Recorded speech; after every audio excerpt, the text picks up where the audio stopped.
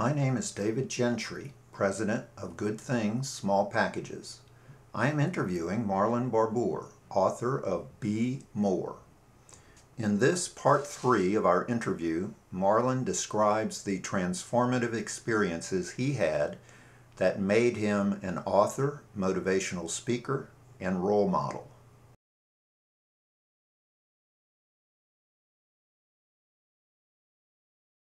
Your work with youth today, you have a very strong sense that this is your destiny. Mm-hmm. Well, so how did that happen? Well, I'm going to be very honest. The transformation of me being who I am came in a very dark period in my life. It was a period when I was in my mid-20s, and I was living in Philadelphia, Pennsylvania. Philadelphia is a city that helped me to elevate my mind as far as multiculturalism and racial tolerance, as well as challenging racial intolerance is concerned, because although it is a northern city, it's a city that's still challenged with a lot of racial issues. It's a city that grew me up and allowed me to see myself as a person that could have friends who are Caucasian Americans, white Americans, and friends who helped them for me to become who I am. It was at a point, one specific period and point I remember is working for a group of friends of mine called the Wades,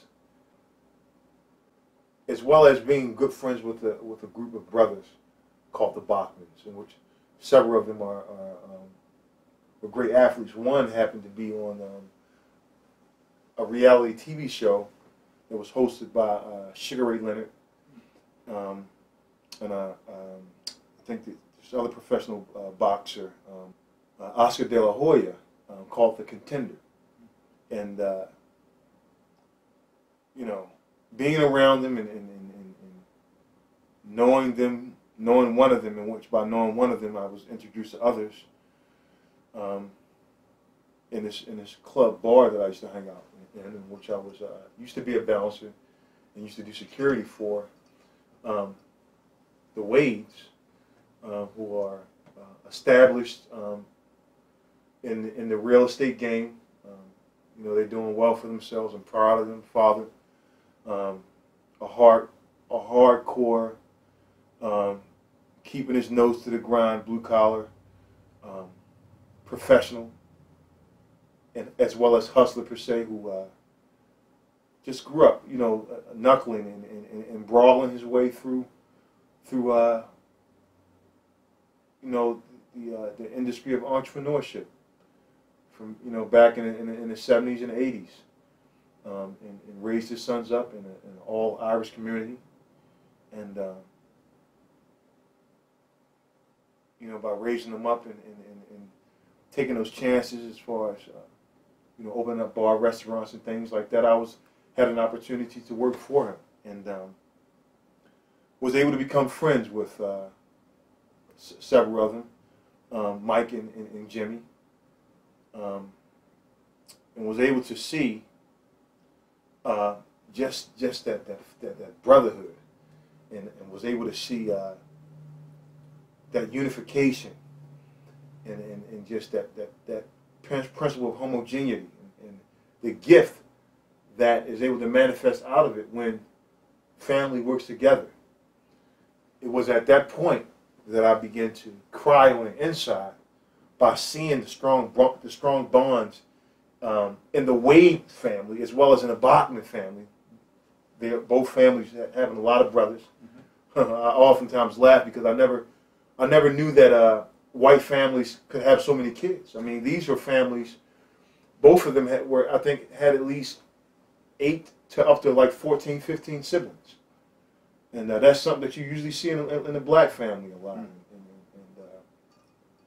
But it doesn't mean that it's actually a reality. It's just what a lot of times the media tends to portray, or to capitalize on. Seeing the strong brotherhoods in both of those families, and more specifically, several days working with them, seeing them and seeing the father, Mr. Wade, being in their life. I remember one night going out the back of the restaurant and crying, falling into a deep, dark and sullen, emotional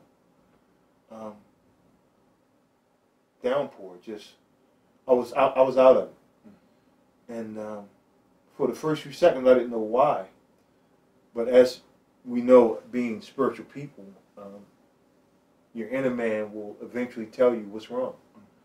And as I begin to just fall deeper into this sense of depression,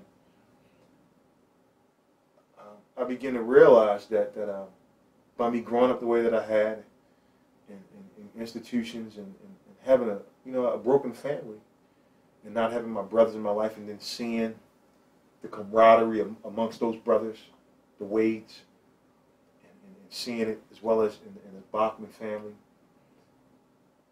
I realized I was missing something. And it was that point in my life that I realized that I may never have that kind of family, but that God was giving me a human family to be a replacement for what I didn't have.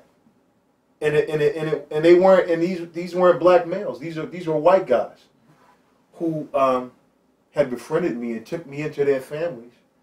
And the one thing I want a lot of people to understand and to realize is that a lot of times in life you have to challenge yourself to erase your past and to not have any remorse for how your life turned out as far as the past is concerned, but be willing and open to embrace the blessings and the gifts and the opportunities that are right before you, and to take hold of those opportunities for whatever they may be, or for however they are speaking to you.